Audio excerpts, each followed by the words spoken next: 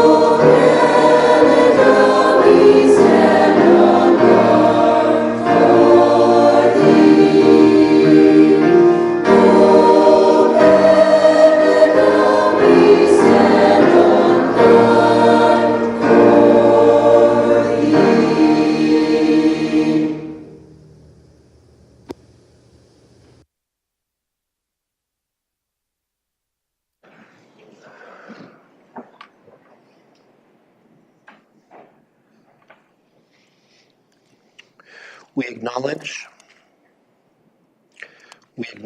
that we are on the traditional land of the Anishinaabe peoples. We wish to recognize the long history of Indigenous peoples in Canada and show our respect to them today. We recognize their stewardship of the land. May we all live with respect on this land and live in peace and friendship. Tonight's meeting is being streamed live on the Municipality of North Perth YouTube channel and will be available there after this meeting as an archived video. To those viewing this meeting via the YouTube channel, a warm welcome to you. To those present in the gallery today by attending a public meeting of the Council, you are consenting to your image, voice, and comments being recorded. Anyone who is invited to speak will be recorded, and their voice, image, and comments will form part of the live stream and the archive. The chair and/or the clerk have the discretion and authority at any time to direct the termination or interruption of live streaming. Such direction will only be given in exceptional circumstances when deemed relevant. Circumstances may include instances where the content of debate is considered misleading, defamatory, or potentially inappropriate to be published. Attendees are advised that they may be subject to legal action if their actions result in inappropriate or unacceptable behavior and or comments. Thank you. I invite decorum over the course of the coming meeting. You can see that all councillors are in their chairs in the chamber in Listowel. We have something very special tonight, and I'm hope, in fact, that we have a lot more of these occasions in the near future. This is, I think, the first time in about 3.5 years that we've done this, and we're quite pleased to be able to do so. I'm going to come out front, and I'll be joined by the Deputy Mayor, who's going to assist me with presentations to a championship team.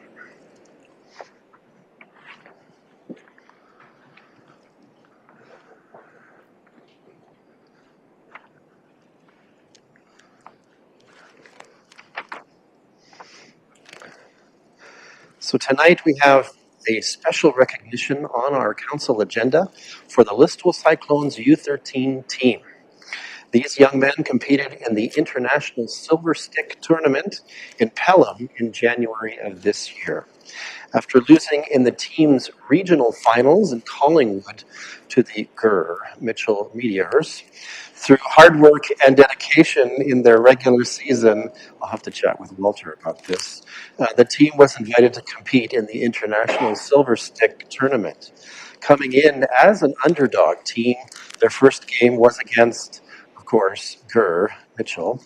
With a hard loss against them again, the team rallied together and was able to pull off 3 wins against Midland, Millbrook, and Lambton Shores to put them in the semifinals. And what was their luck? They got to play Mitchell. A hard-fought, determined game, and maybe a little luck, they pulled off a wonderful win, sending them to the Silver Stick Finals against Lambton Shores. Playing their best and strongest game throughout that tournament, the team was able to secure the win and bring the championship home to Listowel. And we're very proud of you for doing that.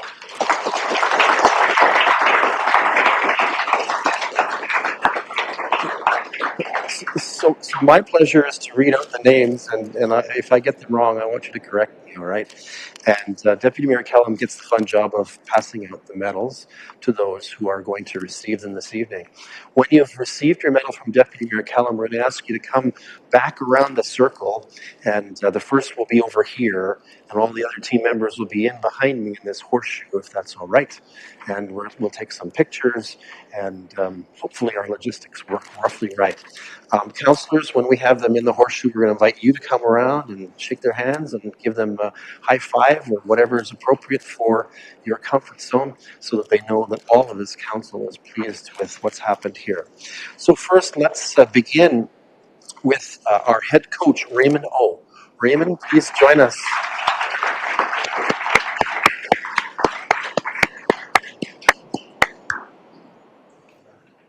I'll get your hand as you go by here. Come on over this way. Our assistant coach, Matt Metzger.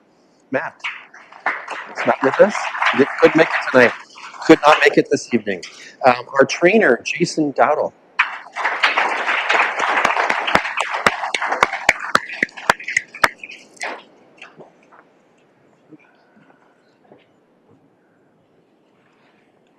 Congratulations. Another trainer, Dan Fear.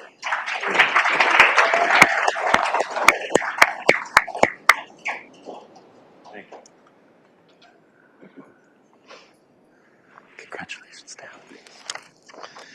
And our team manager, Stacy McLeod.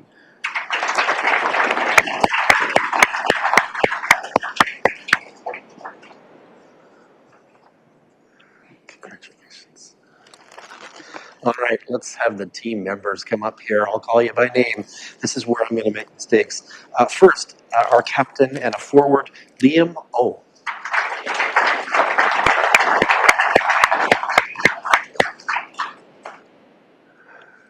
Congratulations. Just come on over here. Our assistant captain, also a forward, Cole Parsons.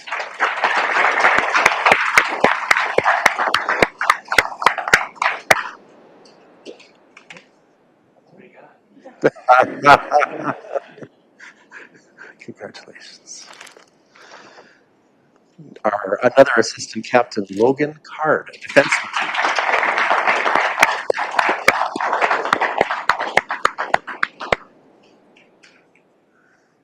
And Logan has the dapper look of Deputy Mayor Kellum, so there we go. That's right. I'll offer a comment about that a shade later. Another forward, Jamel Dietrich. Jamel.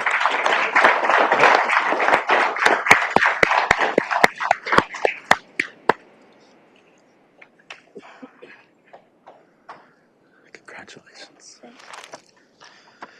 And Hudson Dietrich, also a forward.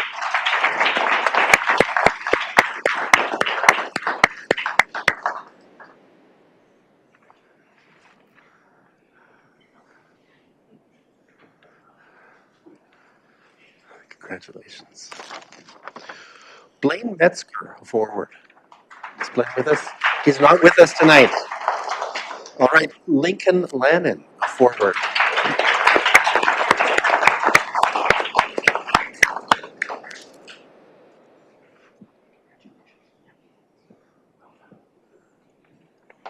Congratulations. Lucas Kempfer, forward.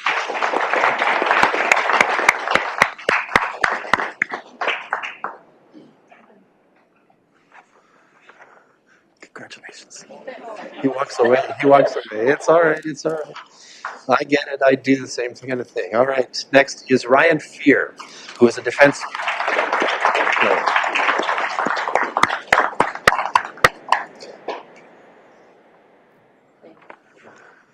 Congratulations. Next is Lucas McLeod, a defense player.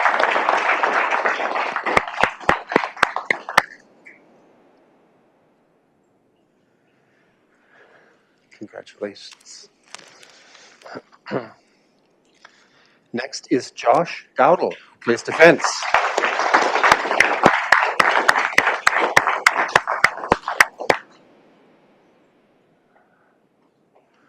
Congratulations. Next is Cohen Martin, one of our two goalies.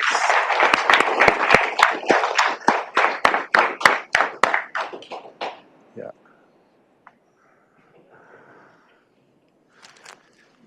And while I try not to talk about it, I played goalie when I was younger. And finally, Matthew Dowdle, who also plays goalie.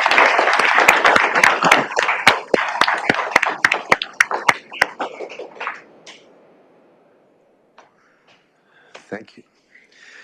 Friends, these are our champion Listowel Cyclones U13 team.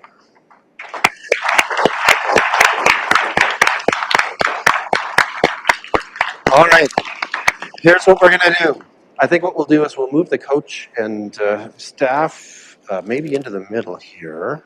So you guys are going to come this way, all right? We'll have some players on this side, staff on that side.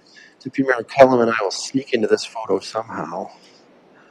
But before we do the photo, I want to have the recognition of all of council. So I'm going to invite councillors, starting with Councillor Andreessen, to come around the table this way and give greetings to each of these wonderful players and the volunteers who've helped them. Sorry, I don't know if you want to.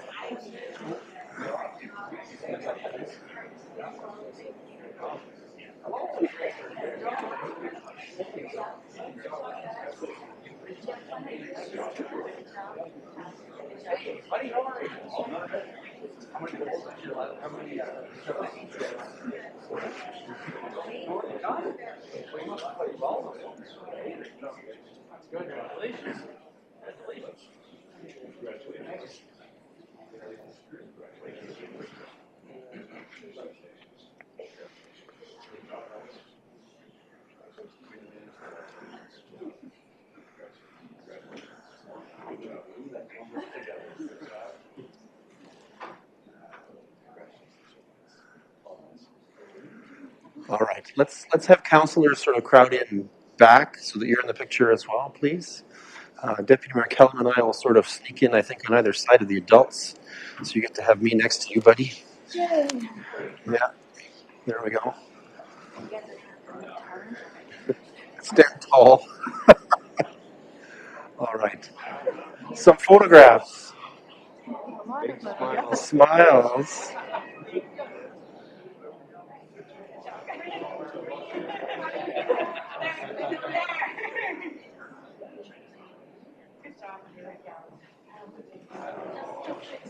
All right. Do we need any more? Let's just check with the clerk. The clerk wants more. Hold on. The clerk wants more.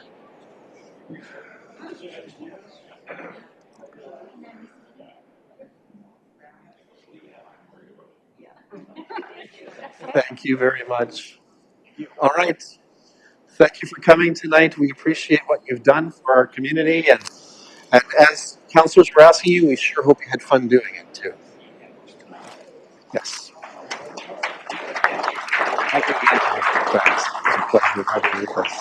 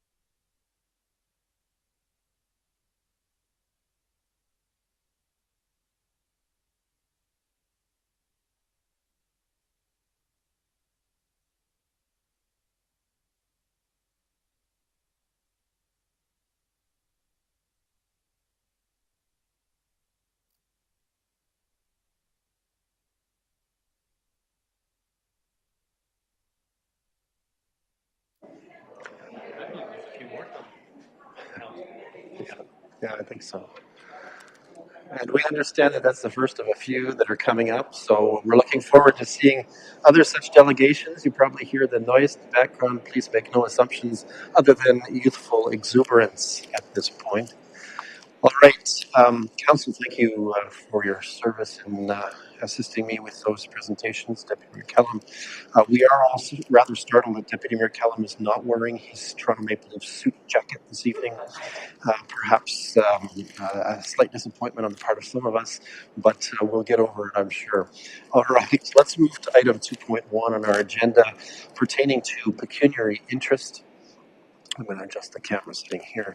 For the benefit of those unfamiliar with our council practices, provincial legislation requires councillors with a potential pecuniary or financial interest in any item at the council table to declare this interest and to remove her or himself from discussions and voting on the item. In accordance with recommended protocol, at this time I invite all councillors with a perceived pecuniary interest, including those who have declared in writing, to verbally advise the chair in public session and to submit documentation to this effect in writing to the clerk. At this hour, I'll call for that. We did not receive any in advance of this meeting, but are there any who wish to make that declaration at this hour? We're not seeing any. Of course, councillors, should something arise during the meeting that feels like it's a perceived conflict, you are able to indicate at that moment. But certainly, as usual, all participants are invited to speak when called upon by yours truly, serving as the chair. Those participating remotely who wish to speak may draw the attention of the clerk through our conferencing technology's web chat, text chat function. Remote participants are asked to generally maintain a mute state in the web conference until I recognize your right to the floor. If, when I do so, recognize I don't hear you because you are muted or having some technical difficulty, I will advise and generally send help. Let us now focus on the people's business. I invite those in the chamber to silence and put away their phones, and I invite decorum. Let's look at item 2.2 on our agenda. I have a motion before me for the adoption of the agenda for tonight's meeting as follows: that the agenda for tonight's meeting be approved. Can I call for a mover? Councillor Andreessen, thank you, and Councillor Blazak will be our seconder. Any discussion or debate on this? Seeing none, let's have that vote.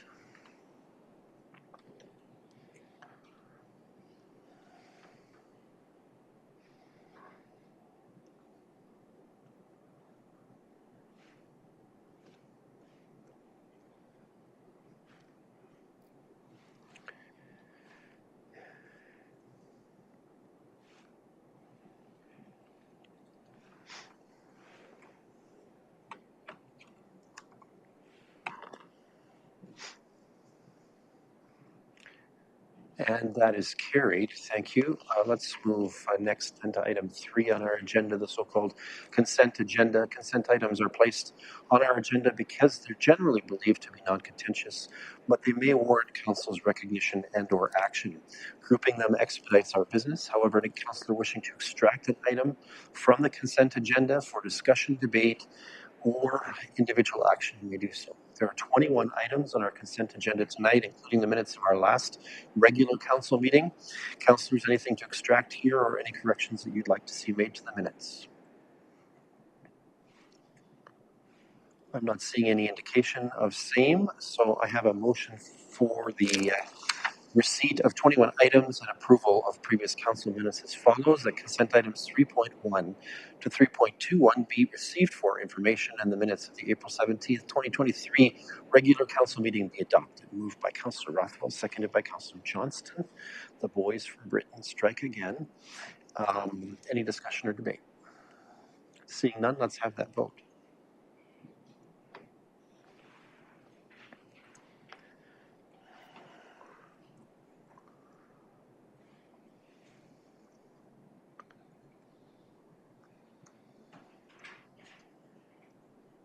And that is carried. Thank you. Let's move forward then to agenda item number 4, which allows council to hear delegations and hold public meetings. We don't have a public meeting this evening, but we do have 2 delegations that have indicated they wish to approach council. I'll remind delegations, generally speaking, that a total time of 10 minutes per delegation is permitted. And that includes both presentation time and providing an opportunity for councillors to ask some questions. delegate is to present on the topic declared on the submitted request. 4 delegation forms and deviations from the topic are not generally acceptable to the chair or council. As always, we ask for respect and courtesy. Our first delegation pertains to the emerging Perth County Stewardship Project, emanating from the County of Perth, but of course involving the interests of all the lower tier municipalities in the county, including North Perth. We are joined tonight by Sarah Franklin, Communications Officer for Perth County, and Mel Loynes, a consultant, I probably butchered that name, a consultant engaged by the County of Perth towards this project. I'll invite Ms. Franklin to go first and give her discretion to call Ms. Loynes at her convenience. Go ahead. Let me get the podium microphone. And let me get the right camera. Am I too far from the microphone, or you can hear me okay? Can you come just a shade closer? I'll just step forward. How's that? We can trade off. Good evening, Mayor Kasenberg, Deputy Mayor Kellum, and members of North Perth Council. We're pleased to be here this evening to give you an update and overview on the Perth County Stewardship Project.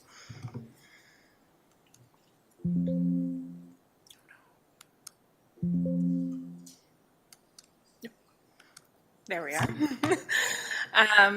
As Mayor Kasenberg indicated, my name is Sarah Franklin. I'm the Communications Officer for Perth County and the staff lead on this project. I'm joined this evening with my colleague Mel, who is the project consultant for the Stewardship Project.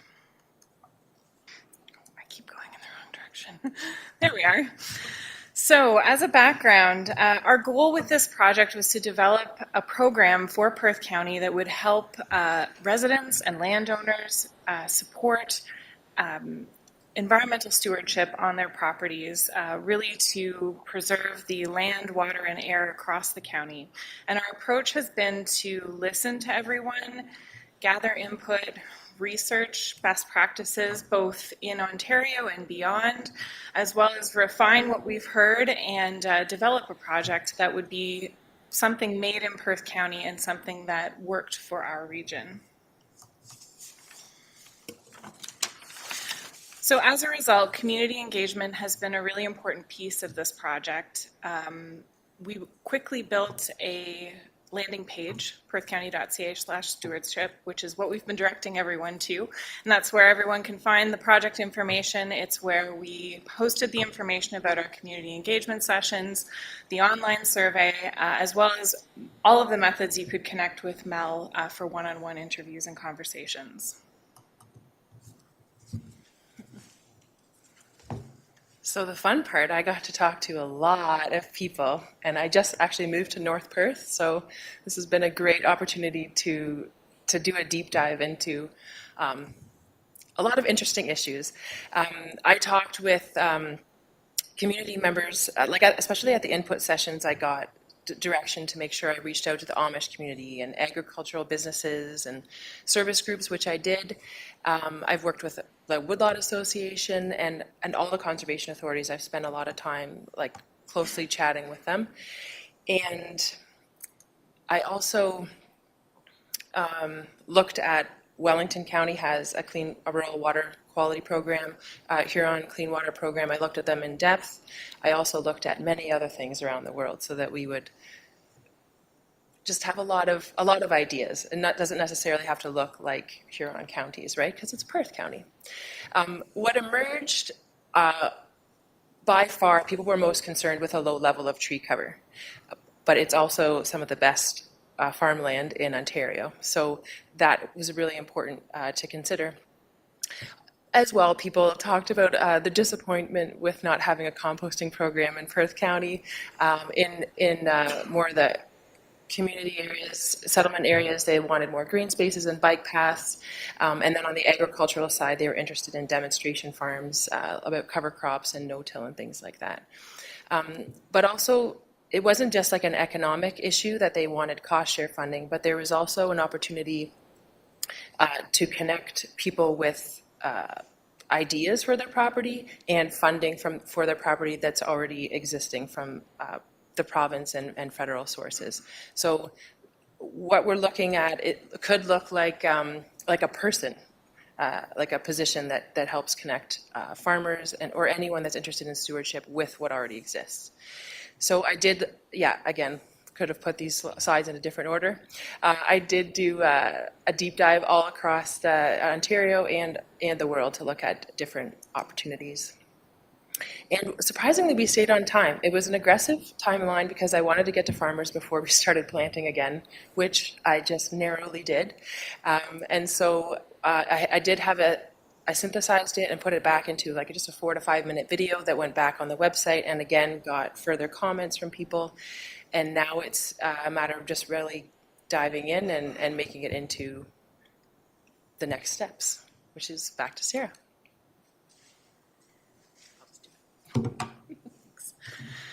So as Mel said, we are on time with this project, which is fantastic. This actually wraps up our last remaining council delegation to the lower tier municipalities. We've been on a bit of a road show. And the Agricultural Working Group received information from the research that was conducted on April 5th. Now, Mel's job is going to be to synthesize everything and really work on a project plan and proposal that will come back to the Agricultural Working Group for review and endorsement to County Council. The goal is to have this received by County Council likely in June, and we'll go from there and see what the next steps look like. I'd be happy to answer any questions. I appreciate your time this evening and appreciate your participation in the survey and roundtables as you were able. All right. Thanks to both of our delegates from Perth County, and we appreciate that a lot has been done in a very short runway, it seems. So thank you very much. Colleagues, questions for these delegates? Anything you want to know or comments you want to give? Councillor Andreessen, welcome. Thank you, through you, Mayor Kasenberg, and thank you for your presentation, and welcome, Mel, to North Perth. Thank you. I just have a quick question around the Agricultural Working Group. Is that a county committee that is serviced through the county? Yes, through the mayor. Thank you for the question. It is a committee of County Council. It has been dormant for a number of years, but was reactivated as a result of this project. There are members of County Council that sit on that committee, as well as local farm organizations. So it's a mixture of representatives. Thank you. And for Councillor Andreessen's benefit, Deputy Mayor and Deputy Warden Kellum serves on that committee. Okay, great. Any other questions or comments? Councillor Johnston. Thank you, Mayor Kasenberg. Thank you, ladies. Just a comment that it's great to see this getting going in Perth County. It's something that's been needed for many, many years. I know, as farmers, we felt like we were behind, both Wellington and Huron, as I have land in Wellington, and there was some projects we can do over there and some funding shares we can get over there. So it's great to see it happening. I'm looking forward to the final report, and hopefully we can help do lots of projects in Perth County. So it's great to see it. Thank you. Thanks, Councillor Johnston. Councillor Rothwell's next. Welcome. Thanks very much, Mayor Todd. Thank you, Sarah and Mel, for the presentation, and echo comments that have been made by Councillor Johnson. And Perth County is agriculture, and agriculture is Perth County in terms of the realities. We've just come past Earth Day, and it's crucial that we understand the importance of environment in our dealings with agriculture. All the commodity groups have understood that.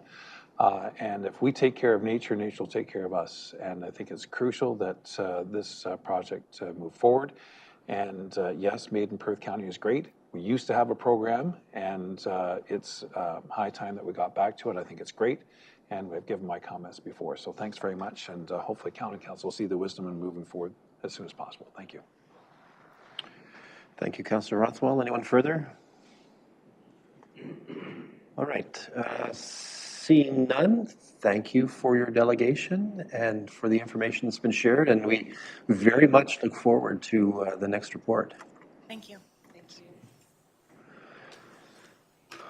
All right, let's move to our second delegation tonight. I think the lead is Mr. David Bender, I'll get it right, of North Perth, who serves currently as chair of a working committee that is producing a book on the history of Wallace Township. Mr. Bender approaches us tonight to update us on the project, which has had some council involvement a fair while back, and to seek council commitment to spend on this effort. Welcome, Mr. Bender. Thank you, Mayor Kirstenberg, Deputy Mayor Doug Callum, North Perth councillors and North Perth employees. I'd like to begin by thanking you for giving us the opportunity to present this request. I believe that you will have a copy of our formal request, but I'd just like to explain the timeline of our project. It's been a long time. Back in 2015, when our Magnified Memories Wallace history book was 25 years old, former councillor Mart Snyder and I had a conversation about how the history needed to be updated. I told Mart that I would help him, and soon we were reaching out for volunteers. We set up a plan, we came to council, and began to reach out to the residents of Wallace Ward to share updates for their lives and their properties. Soon after the beginning, Mert approached an archivist who had helped with many other history books. He would organize and guide us with this book. We were all big amateurs, and we still are. Things were shaping up well. We were getting several submissions, and we approached council for funding in May of 2017. At that time, our expectation for books was to sell 1,000 copies.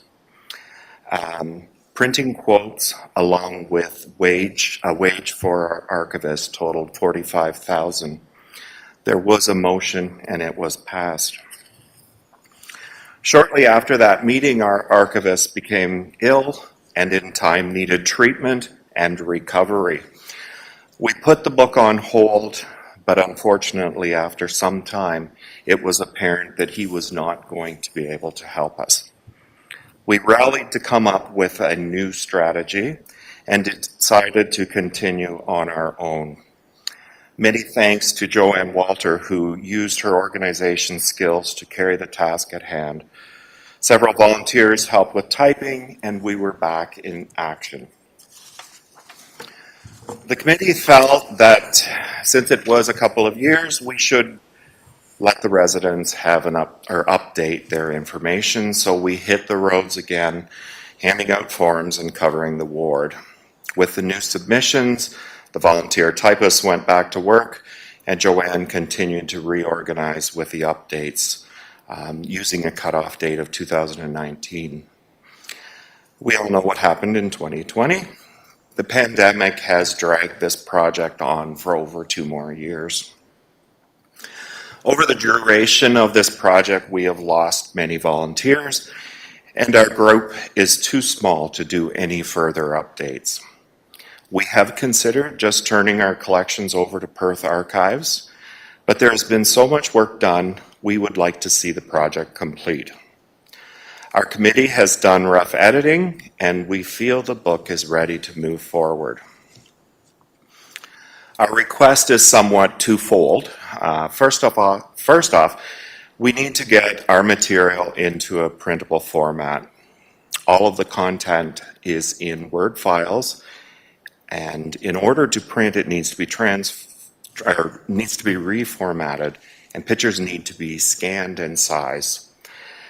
Thanks to a North Perth newsletter, a resident of North Perth has come forward who could take our project and bring it to the printing format we need. We also have been in contact with a second possible source, and both quotes are very similar. We would like to keep the job within North Perth and award it to Kevin Cook. Although it is hard to estimate the size of our project, we feel that $7,500 will bring our book to a print-ready version. Once the book is in proper format, we will have more concrete dimensions for printing quotes. There are several options for printing, but based on similar project, Kevin estimates another 7,500 would print us 250 to 300 books. Our committee feels that the printing of 250 to 300 books is much more realistic based on today's society. We hope to have a hardcover book very similar to the original Magnified Memories.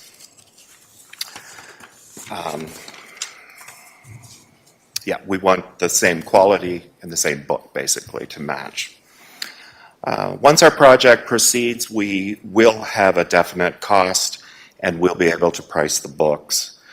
Our hope is that we can price them between $50 and $60 each, but that is based on what it will take to cover the costs of printing and formatting.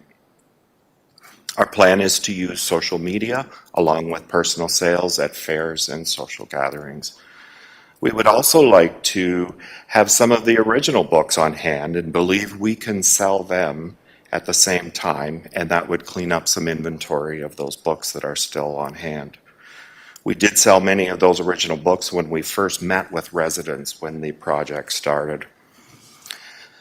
Time-wise, we would like to get working with Kevin as soon as possible and would require the first $7,500 in the very near future. Our hope is to be able to consider the actual printing by late September. Thank you. Questions? Okay, thank you, Mr. Bender, for joining us tonight. Colleagues, questions or comments for Mr. Bender and his group? I assume that some of the others are members of your working committee. Nearly all. Welcome. Questions or comments? Councillor Nordum. Through you, Mayor Kaseberg, thanks for your report there, Dave. And I'd like to thank the committee for all their hard work over the past few years. I know it takes quite a bit to gather information from, I think I read 800 or so properties, and it takes a lot to get all that information. So thank you for all your hard work. Thank you. Oh, and I still read my old one all the time. Definitely a well-loved book. Actually, I have it right here. Yeah. One of the joys, Councillor Nordum, You know what one looks like? One of the joys of service in this community on its council is to read the history of the community. So you're ahead of the curve based on your short tenure with us so far. I salute that you've been at it. Very good. Councillor Andreessen is next. Thank you very much. Through you, Mayor Kasenberg, I also want to thank the committee. As a Wallace resident, it's great to see our history come alive again and be updated, and it's very important to really make sure those stories are shared and kept for the future. Now, I just want to say, I think you've got a very good business plan here. It's very modest, but I think it's a good plan for your committee, and I really support that, so thank you. Thank you. Any others? All right. I'm going to ask the obvious question. We have the opportunity here. What is the will of council with regards to this request? Councillor Andreessen, you seem to be indicating that you are prepared to support the request, so you're prepared to have a motion entered onto the books towards that end, that we will support the group by providing funds requested in their letter to the extent needed? Yes, I certainly would make that motion to support the committee in moving forward with the Wallace History book, and to move forward with the requests that they have provided in today's delegation. Okay. Can I just check my facts here? So you're looking for 15,000 at this point? Yes. Okay. 75 right now, and then the rest Right. when we place an order for printing. Okay. Okay, thank you. Councillor Nordum, looks like you're waving your hand. You want to second that one? All right, thank you. So we have a motion on the floor. Councillor Duncan, did you want to weigh in on this one? Let me just get your microphone. I just have a question. In their materials here, they suggested different. In the materials here, they've suggested different ways that the revenue would flow through. I guess council would maybe have to decide how we were going to go about that, whether we're going to pay the printer, or whether we're going to grant the committee the money or loan it, or how we're going to go about this. Right. Okay. So let me direct this to staff. CAO Snell, you knew it was coming at you here. So I think you're microphone 13, if I'm not mistaken. What's the most efficient way of dealing with this, given that the group doesn't have sort of a not-for-profit status, I assume, right? Thank you, Council. Either way would be fine, certainly. So if Council passes the budget, we can certainly work with the committee to decide how to best expense it. If Council approves it, it can really work either way, whichever is most convenient and most efficient for the committee.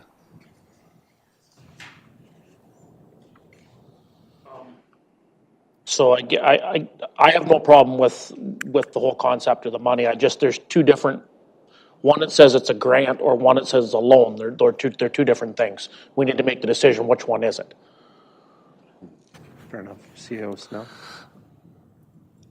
Certainly, that's up to the will of Council. I guess a staff recommendation would be to probably make it a grant, and if the committee has money they can pay back, then that would be the committee's decision.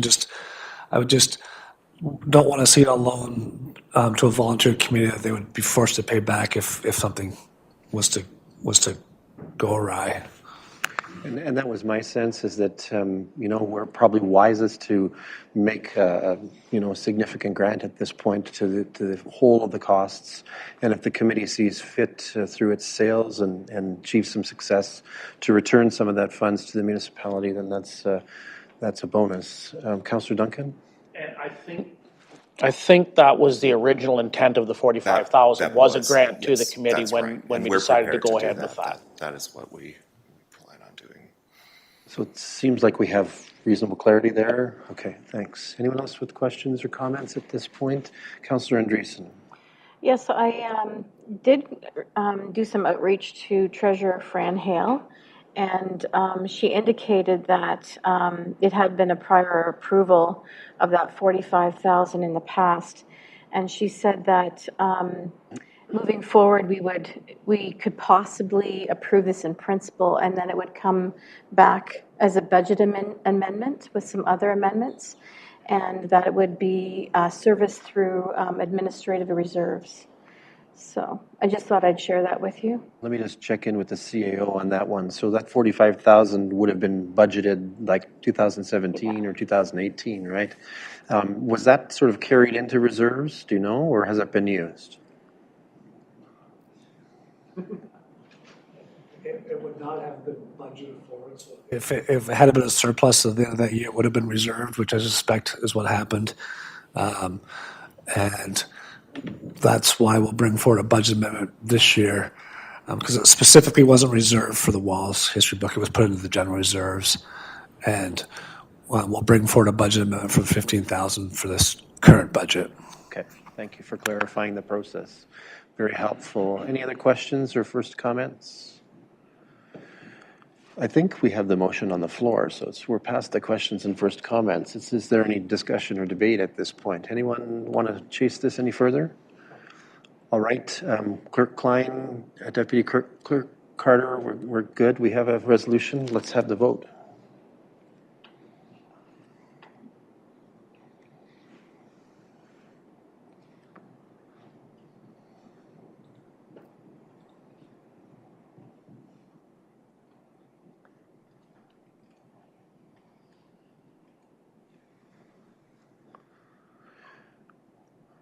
And that is carried unanimously. Mr. Bender, you're a persuasive man. Thank you very much. Thank you for coming tonight. Congratulations to the group. We look forward to your continuing work and the contributions it makes. Now, let me test the will of your committee. Listowel's 150th anniversary is in 2025. How are you feeling about picking up a bigger project? We'll talk about that later. Thank you. Very much. Thanks. All right. That brings us to agenda item number 5, reports from departments and key staff. We have no reports from 5 departments tonight, which allows us to skip over to item 5.6 on our agenda. Just like that. All right, so we move down the page to 5.6, reports from our Manager of Environmental Services. As item 5.6.1, our Manager of Environmental Services, Mr. Mark Hackett, brings forward a drinking water infrastructure review report. I'll invite Mr. Hackett to brief us on this report and our responsibilities as a council. Mr. Hackett, welcome as always. Thank you, Mayor Kasenberg and Council. Both of the reports that I have tonight are related to the Drinking Water Quality Management Standard. There is an infrastructure review procedure in our operational plan that requires this report to be brought to Council for your information. So on an annual basis, the CAO, myself, the Manager of Operations, our Administrative Assistant, our Chief Operator, and all of the available waterworks staff meet, and we review the existing infrastructure components, such things as the well buildings, the treatment process equipment, distribution system elements, and system hardware and software, and we do that to try to prioritize our needs. And the goal is to ensure that we have adequate infrastructure in place for all of the North Perth water systems. So we review previous infrastructure reviews, water audits, waterworks staff recommendations, MECP inspection reports, and maintenance records during this review. And then we use this information to help us plan for projects that may be required in the future. So I've included the minutes from that report for Council's information. And a couple notes, maybe note a few things. We did have a good inspection year last year. We had 100% on all of our MECP inspections. On the second page, it's something that's newer for us now. We've been doing this for the last little while, where we have to have a 10-year projection. So you can see for the years 2023 to 2032, some of the planned things. It's not in stone, but most of these things will get done. Sometimes they get pushed out a little bit. I noticed the very first one, that with water reservoir for firefighting, that's actually already been completed in 2022. But I believe all the other projects for 2023 are a go. And I could take any questions about that if there's any.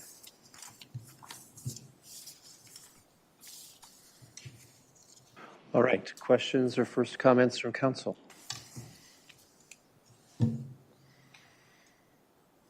I'm not seeing any, so I have a resolution to this effect, that the Council of the Municipality of North Perth receives the DWQMS Infrastructure Review Report and the attached Infrastructure Review meeting minutes dated November 1st, 2022, as information. Deputy Mayor Kellum is our mover, Councillor Richardson is our seconder. Any discussion or debate? Seeing none, let's have that vote.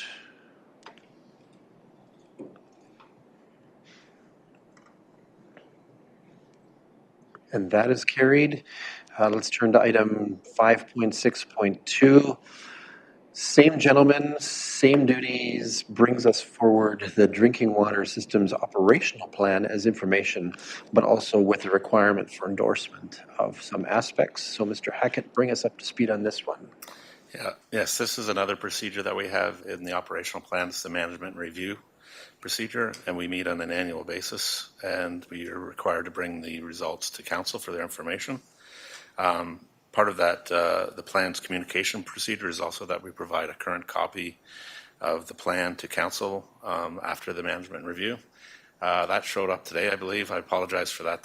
I meant to send that out last week, last Friday, and it kind of slipped there, so I apologize for that. But and the third part is the commitment endorsement element of the operational plan, and it requires council and top management to acknowledge the need for and support the provision of sufficient resources to maintain and continually improve the quality management system. And as this is a new term of council, it has been requested that council sign and date element 3. I think it's gone around. My apologies to Mr. Johnson. So the management review meeting minutes from our last one was on March 30th of 2023 are included for council's information. I'll go through a couple highlights of that as well. There were no incidents of regulatory non-compliance in any of our water systems, and we had no adverse drinking water tests in any of our systems, so that's always good. Looking on the second page, it talks a little bit about a risk assessment, and that's a procedure we do every 3 years, and that's being done actually this Thursday, I believe, Thursday morning. So we'll have some more information from that.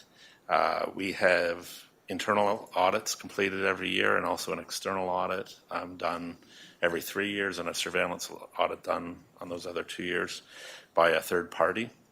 So lots of auditing. The results are included in Part 5 there from the internal audit, which was done on March 22nd of 2023.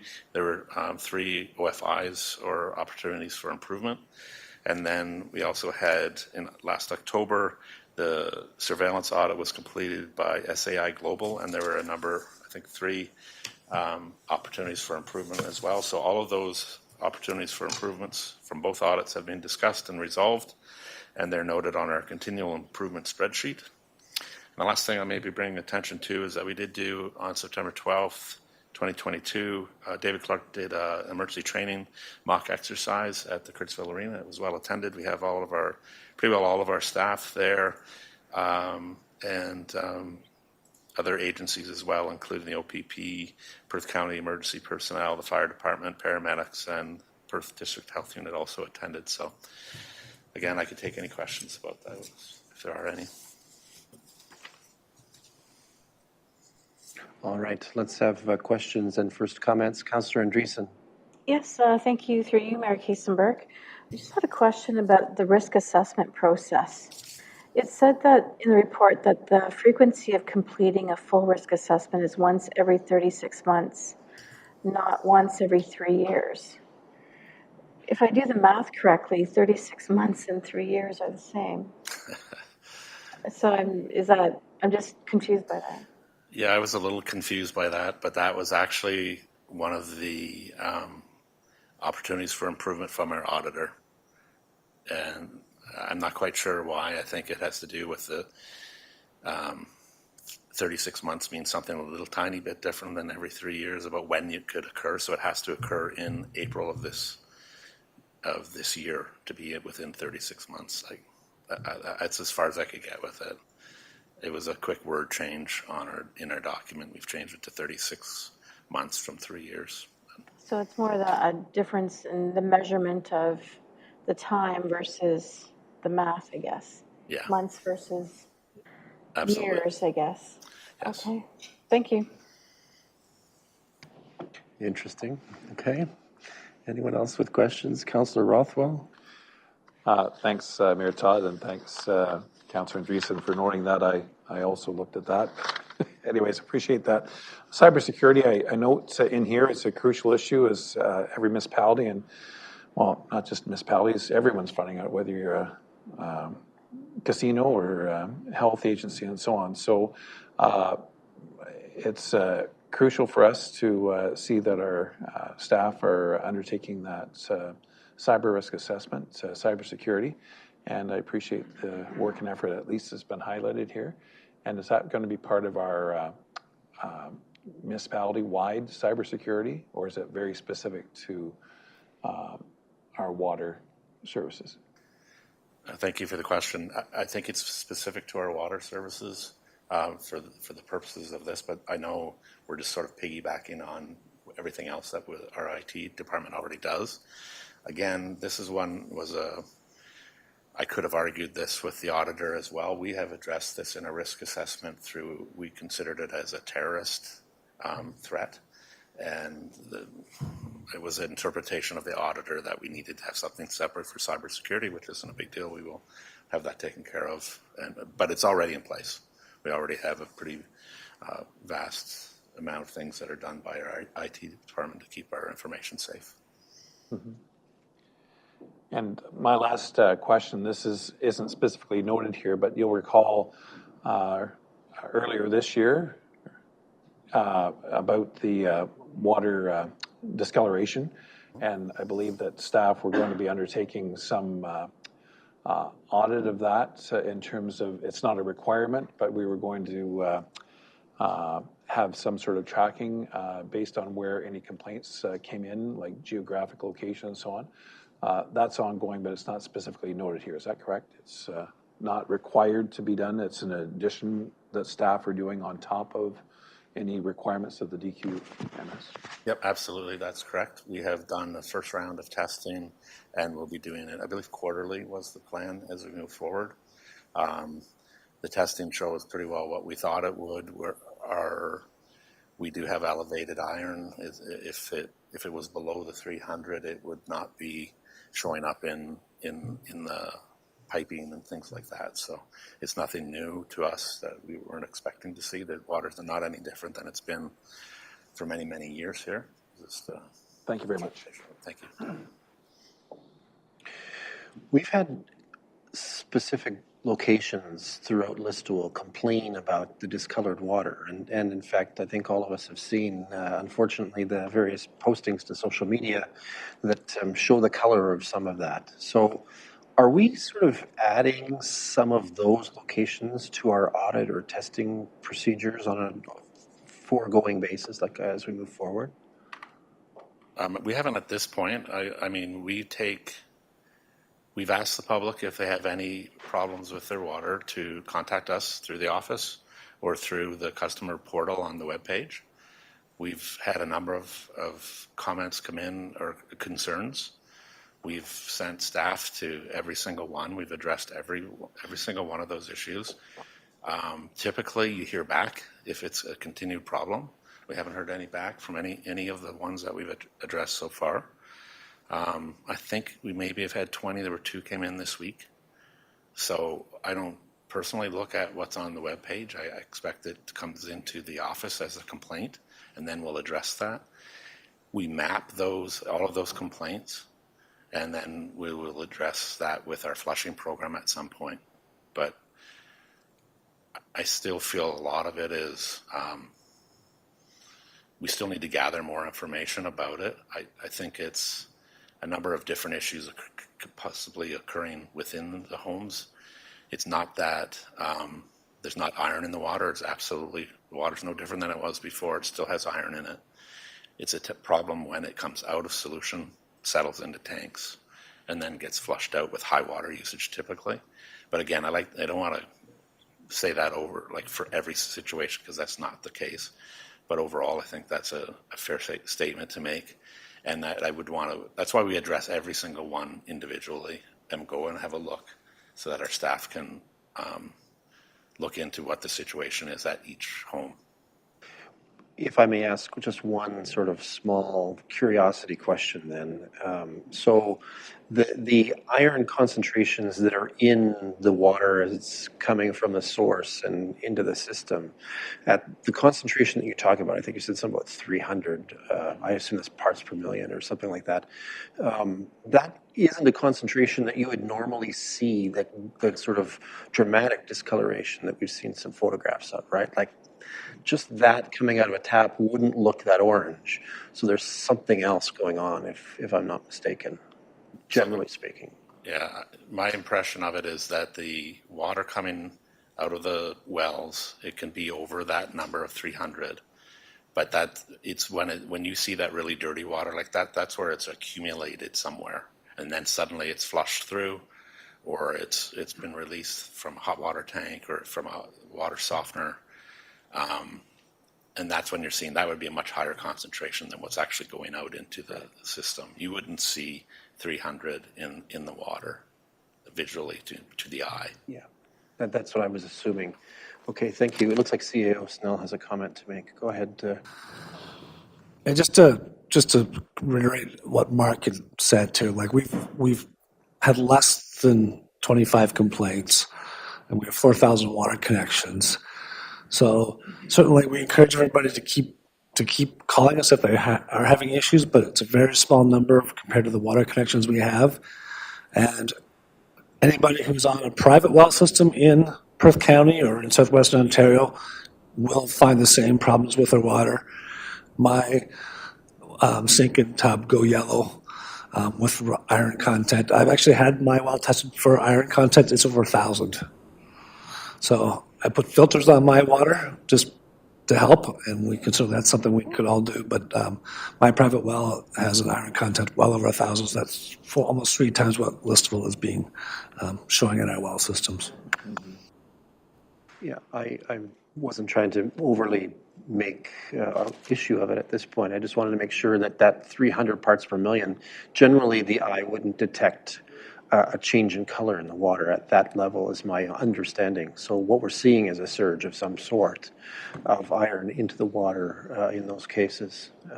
And yes, I think at least half of us around the table are on wells and know a little bit about iron in the water too. So, okay. Thank you. Any other questions or comments at this point? We do have a resolution that we need to consider as follows: that the Council of the Municipality of North Perth receives the attached management review meeting minutes dated March 30th, 2022. Is that right? 2022? 2023. Okay. And the current North Perth Water Systems operational plan as information, and further that the Council of the Municipality of North Perth signs and dates Element 3 commitment and endorsement as required by the Drinking Water Quality Management Standard. Can I call for a mover? Councillor Anstead, thank you. Councillor Nordholm will be our seconder. Any discussion or debate on this? Seeing none, let's have that vote.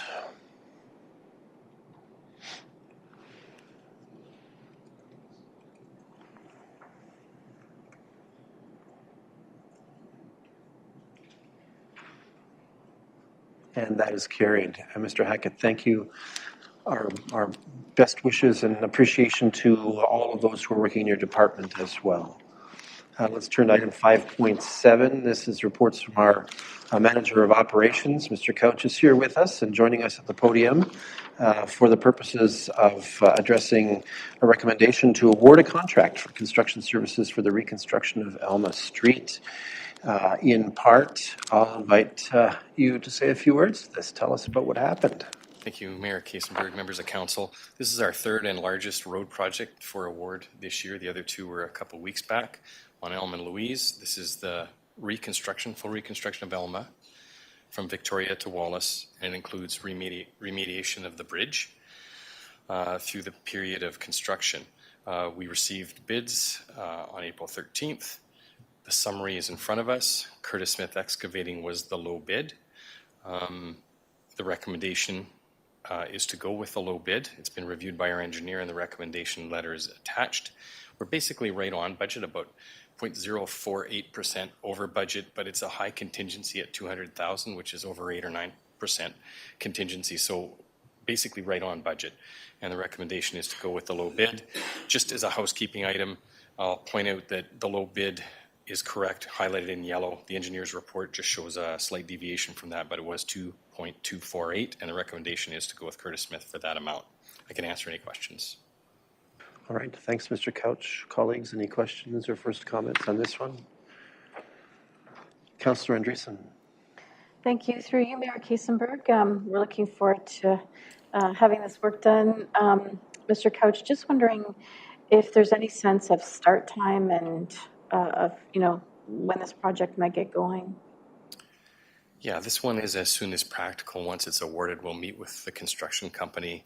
We're expecting a completion by the end of November, and their schedule, they know that when they bid, their schedule should be mobilization in May, I'm expecting, but we'll meet with them in the next 2 weeks and get some details on that. We'll update the website on all of these projects once we've met with contractors and have detailed schedules for people. All right, anyone else with comments or questions at this point? I have a resolution to the effect that Mr. Couch has described as follows: that the Council of the Municipality of North Perth awards NP-012-23T reconstruction of Elma Street West in the amount of $2,248,000 to the low bidder, Curtis Smith Construction of Brussels, Ontario. Can I call for a mover? Councillor Richardson, thank you. And a seconder will be Councillor Blazek. Thank you. Discussion or debate? Seeing none, let's have that vote.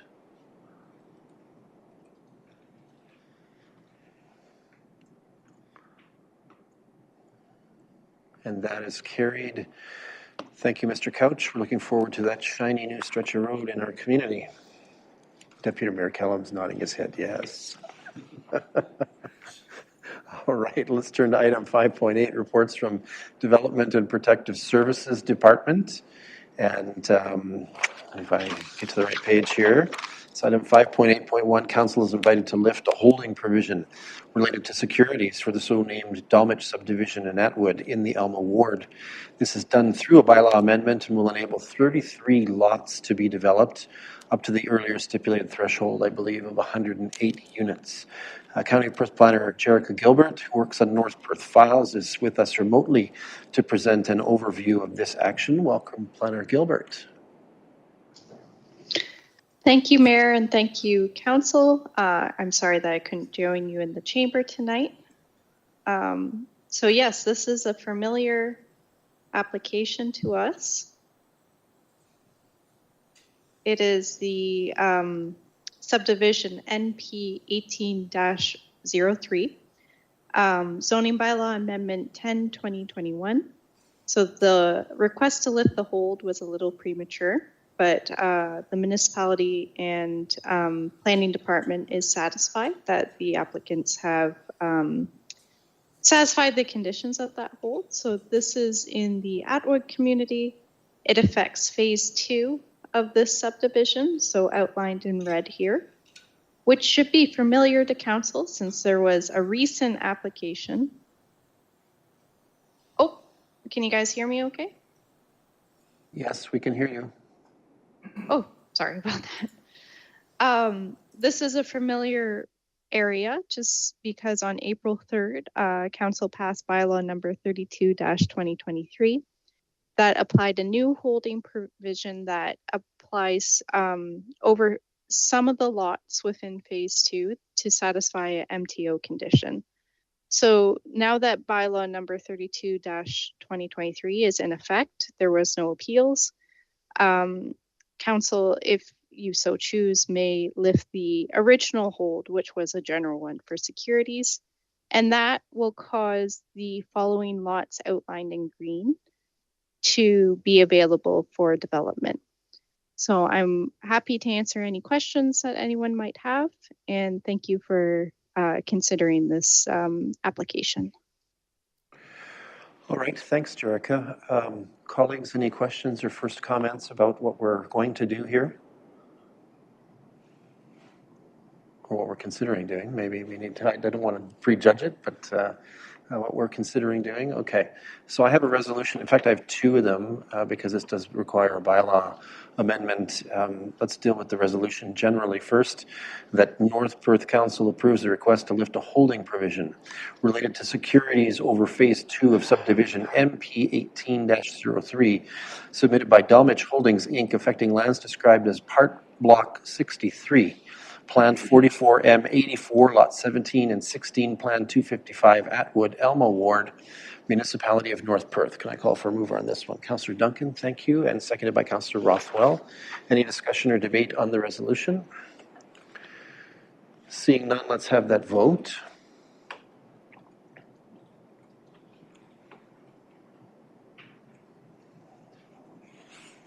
And that is carried. Thank you. And now the bylaw amendment here, the enabling resolution as follows. Bylaw number 43-2023 being a bylaw to amend the North Perth zoning bylaw number 6-ZB-1999 as amended, be introduced, read, and considered read a first, second, and third time and be finally passed, and that the said bylaw be signed by the mayor and the clerk and sealed with the seal of the corporation. Can I call for a mover? Councillor Nordum, thank you. Seconded by Councillor Richardson. Thank you. Any discussion or debate on that one? Seeing none, let's have that vote.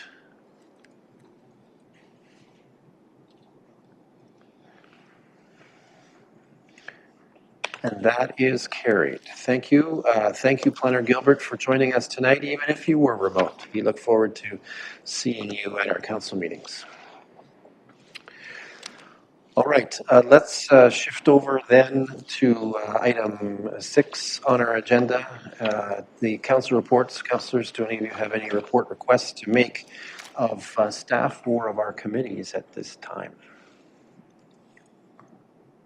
I don't see any indication of same. That allows us to move to item 7 on our agenda, Item 7 is where we typically deal with correspondence beyond that was shown in our consent agenda. We don't have any this evening, so that means we can move forward to item 8. Item 8 allows us to consider bylaws. And again, we have no specific bylaws to address that we haven't already addressed with other business tonight. We're at item 9. Any councillors wishing leave to give notice of motion? Not seeing any, so let's move forward to item 10 on our agenda. For item 10.1, are there any announcements that would be of benefit to our community or that reflect well on North Perth at this time? And certainly any who remain connected to our web conference are invited to express a willingness to contribute as well. Councillor Rothwell. Thanks very much, Mayor Todd and Council. I want to bring to Council and North Perth's attention that the fact that our own Mayor Todd Kaysenberg received was one of the recipients of the Growing Prosperity Award through the Libro Credit Union. This was presented to Todd at the Libro conference or annual meeting in London just recently. And I'm sure perhaps there'll be some additional media coverage, but I just want to recognize that and congratulate Mayor Todd on his award. I understand there was a financial $1,000 donated to the charity of his choice, which was the Perth Huron United Way. And we certainly appreciate his leadership and efforts on our community. Thank you. Thank you. I think there have been 2 times in my life where I've been speechless. The first was at the altar with my wife. The second was this occasion when they called me on the phone. I finally fully understand what award winners who are surprised by awards experience, and it was a very humbling experience. So I'm grateful. Thank you, Councillor Rothwell, for drawing it to attention. Councillor Andreessen.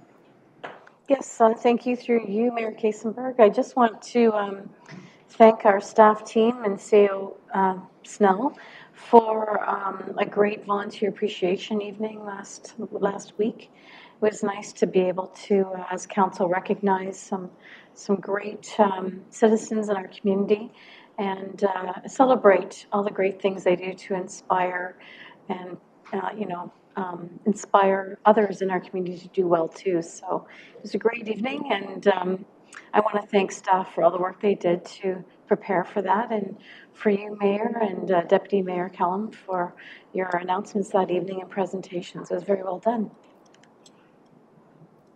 Thank you. It was, I think, a great pleasure to do it, and we enjoyed the format, and I think the many people who were gathered did as well. So, yes, I lend my voice of appreciation to the staff for the work that was done in preparing for that event. Thank you very much.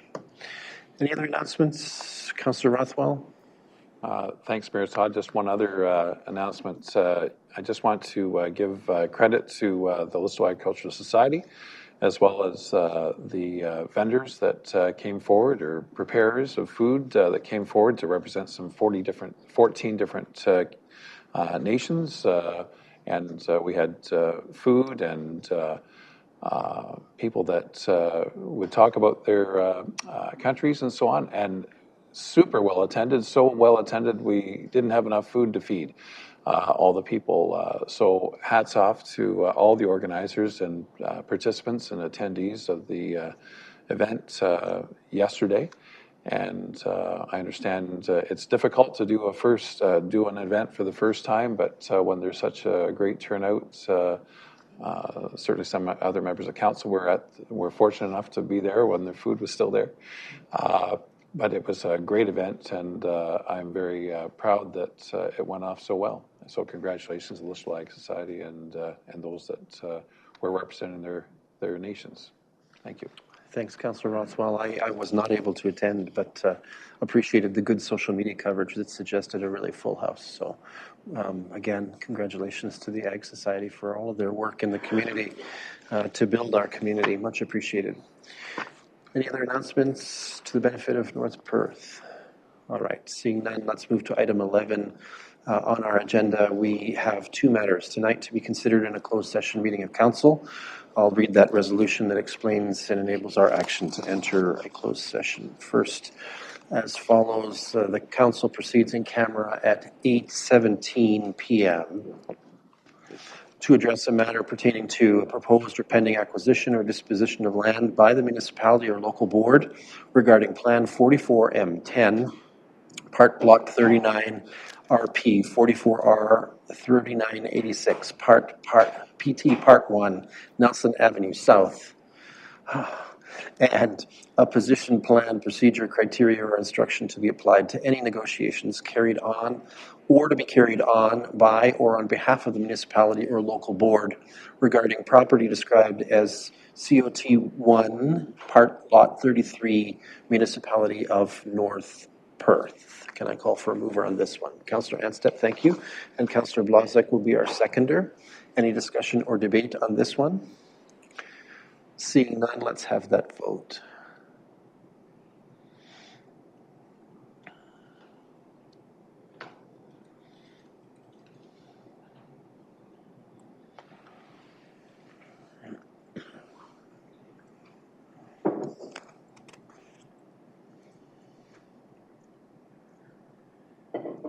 And that is carried. Thank you. All right, at this hour, we'll ask any who have not been invited to remain in chamber to exit, and we will close the doors and change our AV settings for the purposes of holding a closed meeting. Let's have Mr. Simon help.